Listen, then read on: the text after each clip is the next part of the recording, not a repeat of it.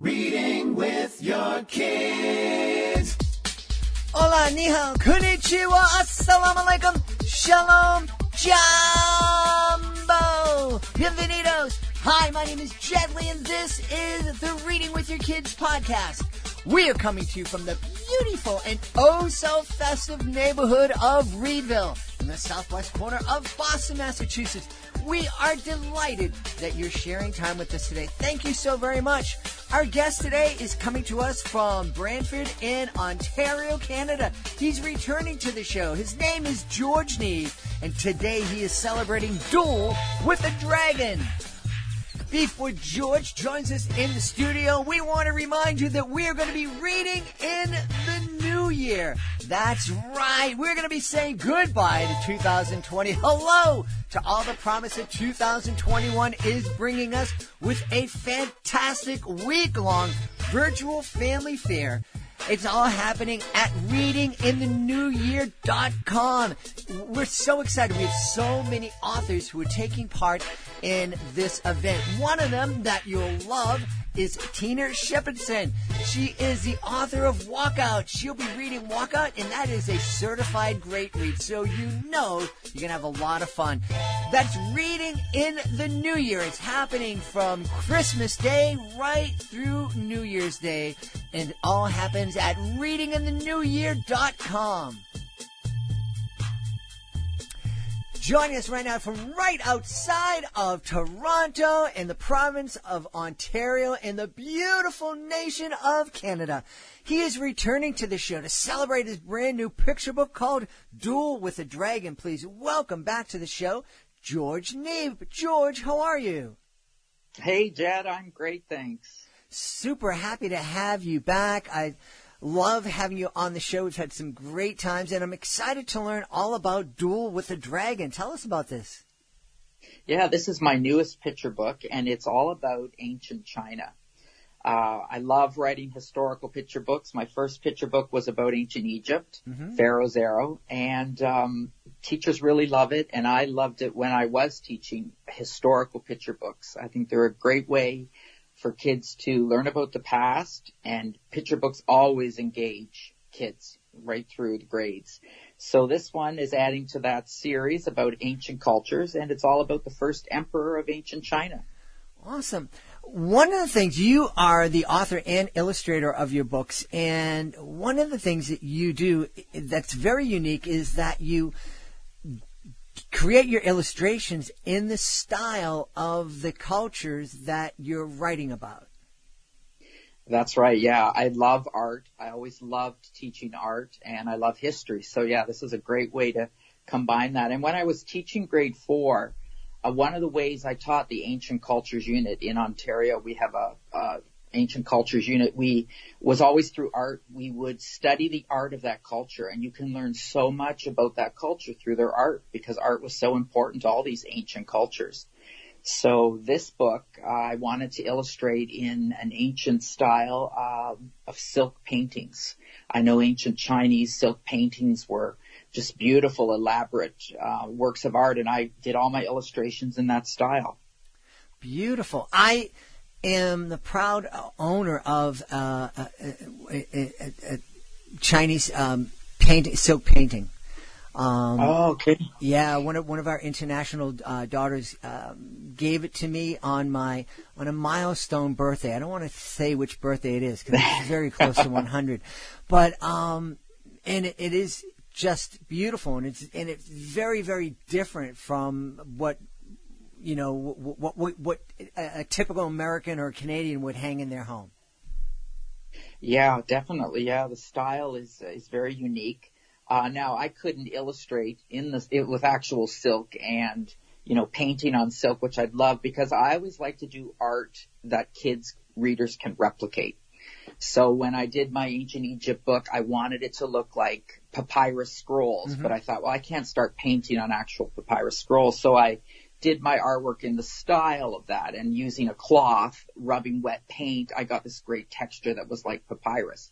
So to do the silk look in this book, I did a lot of experimenting, trying to figure out, and to get the color, that sort of muted yellowy brown, I found if I dyed my paper in tea and I used orange Pico tea for tea lovers out there. It gave the perfect hue for a silk painting. Wow. The texture this time was done with a computer filter.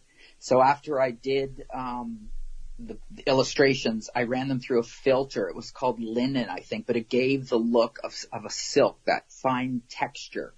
And then just a little bit of color adjustment, and I felt like I really achieved that look of silk.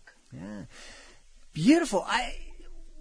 What was it that inspired? Because the process that you're describing of creating this art, it's a lot of work and a lot of attention to detail. Obviously, there's a lot of passion. Where does that passion that you have for these illustrations and for sharing history come from? Yeah, I don't know. It was something that when I think always growing up, I loved art.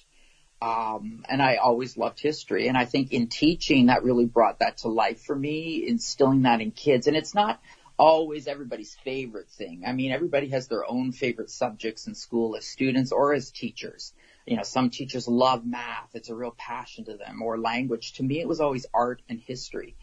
And I did a lot of research for this, and I think I really enjoyed that because I love museums. I love art galleries. So this gave me another reason to really do research. And I went to, I actually, before COVID hit, had the luxury of getting over to Paris and London and going to their big museums that I'd always wanted to go to, the Louvre, the British Museum, because they have a great Egypt exhibit there. So because I like, that style also, I managed to do a lot of research. And our museum in Toronto has a lot of silk paintings too, and displays about ancient China. So I went and I actually did lots of research. I took lots of pictures and notes and that because I wanted my book to be historical also.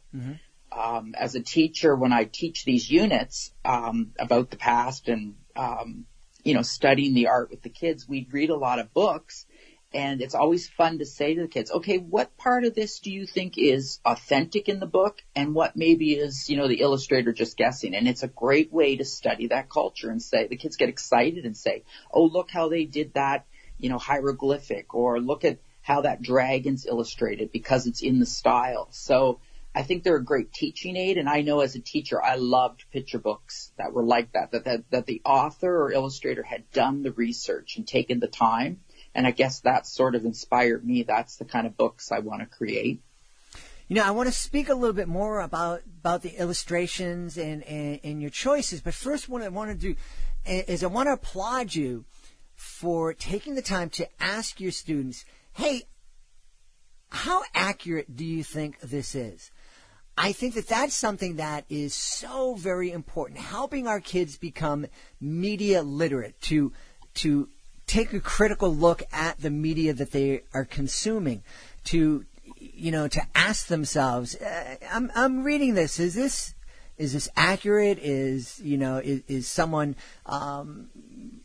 just get lazy, or is someone trying to make a point? Are they kind of twisting things? Especially now where kids are exposed to so much media, so much information, to think that most people these days are getting their news from late night comedy and from Facebook and other social media platforms. That's a little terrifying for me. Yeah, well, media literacy was an important skill, critical thinking. You're absolutely right. When we were teaching, those are the kind of thinking skills that you want to develop in kids. Yeah. And this is a great way to do it because the kids eat it up too. Kids love to find mistakes too in things and errors. So, if they're really looking with a critical eye, they might say, yeah, that's not how, a mummy would have looked, or that's not how they would have dressed in that period. Yeah. So it really gets the kids looking deeper and thinking and talking and sharing. Yeah. And then we would always, when we were doing this unit, we'd have the kids then create a picture book in their favorite culture and do the same kind of thing. Kids would try to illustrate it in the style of the Egyptians or illustrate it in the style of ancient Greece. So applying that knowledge, that learning, was a great way to see what they had learned in the unit. I think I agree with you in that looking at a culture, it's important to look at their art. And you can learn a lot, and you can learn a lot more than just reading through dry text. I'm imagining, 100 years from now, somebody looking back at our culture would, if they didn't include an examination of the media and the movies and the music and social media, if that wasn't included in an examination of life in the year 2020, we'll say life in the year 2019, 2020, this year's been crazy. So there's no way to examine this year. But, those folks have really missed a lot. How important is it, do you think, it is for kids? Because I don't remember looking at the art of an ancient civilization that much when I was back in elementary school. How really important you think it is for kids to examine that? Well, I think studying the past is great, because you see where we are today is because of our past. Mm-hmm. How did all these things get started? How did civilization get started? Why do we live in cities? Why do we do things a certain way? And all that, when you study the past, you can see the roots of modern civilization coming from the past. And I think the art, to me, was so fascinating, was because these cultures were all isolated back then. It wasn't this, world that we have now. So their art looked a certain way, and it was very particular, the style of each culture. You can really identify, and that's what the kids get good at. They can look at something and say, oh, that's an ancient Chinese silk painting, or that's a ancient Greek statue, because they did have their own characteristics. Mm-hmm. I think now you see our art is influenced by all these different cultures in the modern time, but back then it was so much more particular to that culture. But yeah, I mean, it's just, to me, it's fascinating, and I know it's probably not for everybody, but if you are an art or an history lover, these kind of books, these historical fiction picture books, to me, you kind of hit the jackpot. Oh, that's exactly the kind of thing that interests me, is this art from the past. Yeah. Hey, we've talked a lot about the art that we're going to find in Duel with the Dragon. I don't think we've spent that much time talking about the story. Yeah, well, the story, I knew I wanted to write something about a dragon because, that fascinates kids. And Chinese dragons are actually considered lucky. They're good luck. They're considered wise. And they control water in the ancient Chinese beliefs. So they're a different kind of dragon than, kids know about from medieval stuff, where the dragon's evil. So I did a lot of studying about Chinese dragons, their characteristics. They didn't have wings.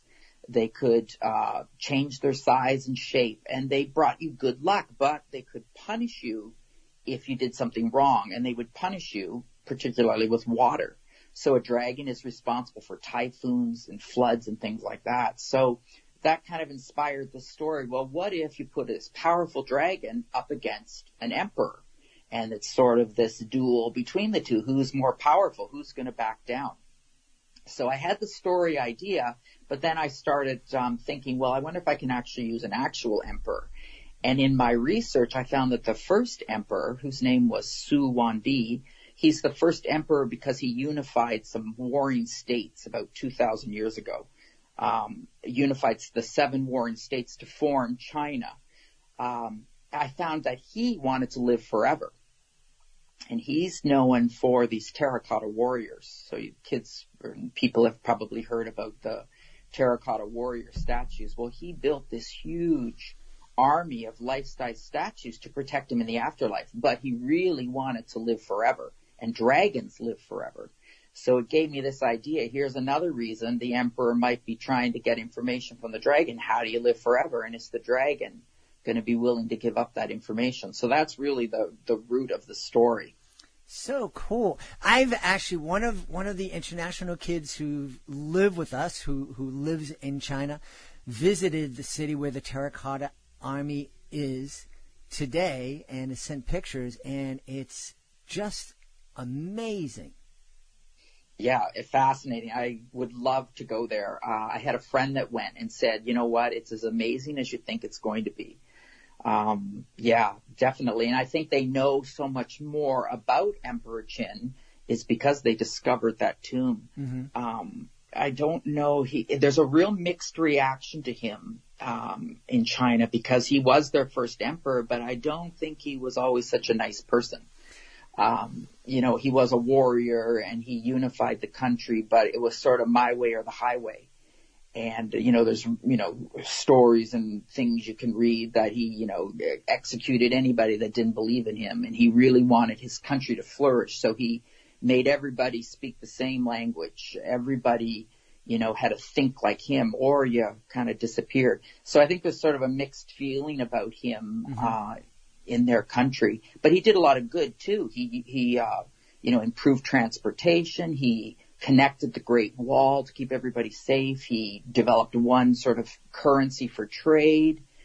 So he really did tie the country together, and the way of life that he created lasted for thousands of years in their imperial system. So, he's an interesting figure, and probably an unusual one for a picture book. But I tried to stay as true to him from the research I did as I could, and keep in mind that it's also a story for kids. So he locks people in his dungeon more than executes people, obviously, in the story. Well, and I think that's another conversation that folks can have. And I think it's a conversation that a lot of adults really need to have, is that people are people. And I don't think I've ever met anybody who is pure evil, and I've never met anybody who is pure good. People are flawed. They have talents. They make mistakes. And I think if we can, move past this either or, there's no gray area way of thinking, I think our world would be a better place.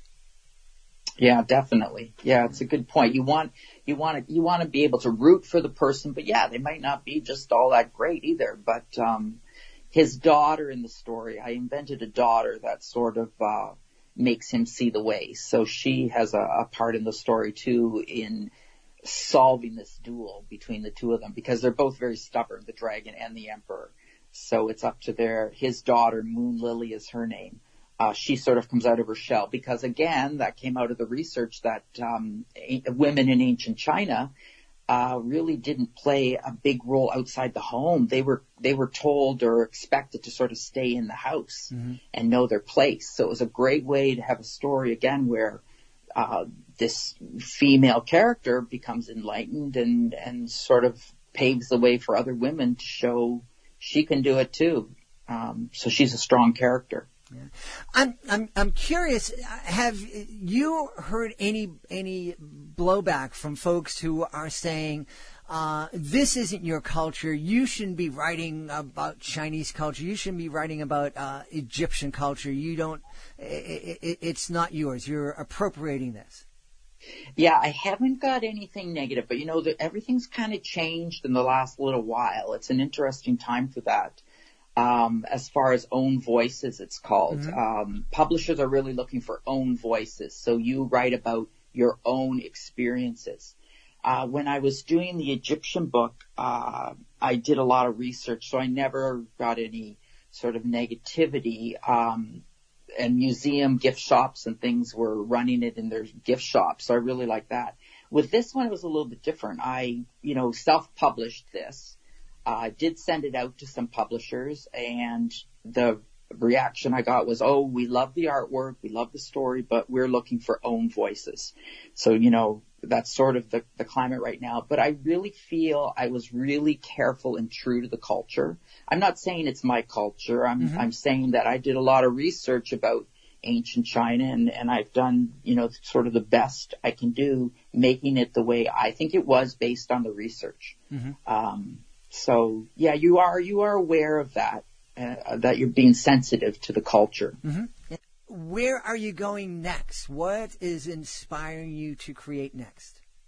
Well, staying along the lines of the ancient cultures, I'm working on one about ancient Greece, because again, that art style is incredible too, with all their statues and their Greek gods and their, Medusa and all this that kids love to learn about the ancient Greeks. So I am working on a book about that, which is going to take a little while.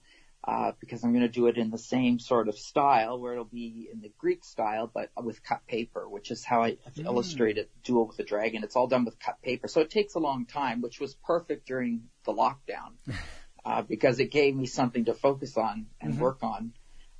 So that's next, definitely, is that book I'm going to work on.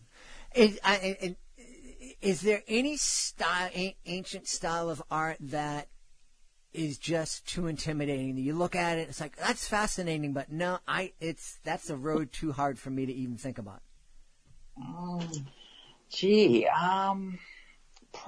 Probably not, because I might say it in the beginning, because I probably thought for this one, wow, I don't know if I can do a whole book that looks like ancient silk paintings, because they're pretty detailed. But it was experimenting. I mean, I'm never sold. You do a lot of experimenting. As an artist, I like to experiment. Well, how can I do this?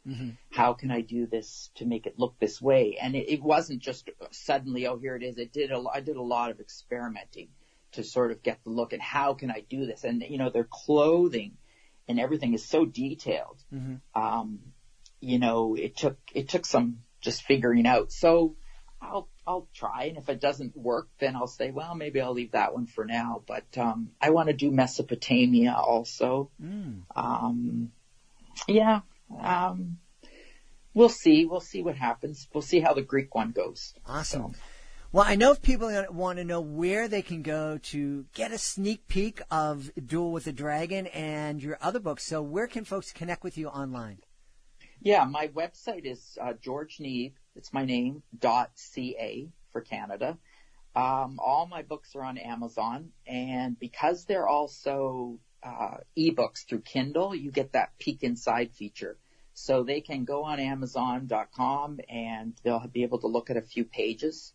And they can also, if they have Kindle, it's on Kindle Unlimited too, so you can read it right there. Barnes & Noble carries it. It's really available worldwide with the distributor I use, so they'll be able to find it. That's wonderful.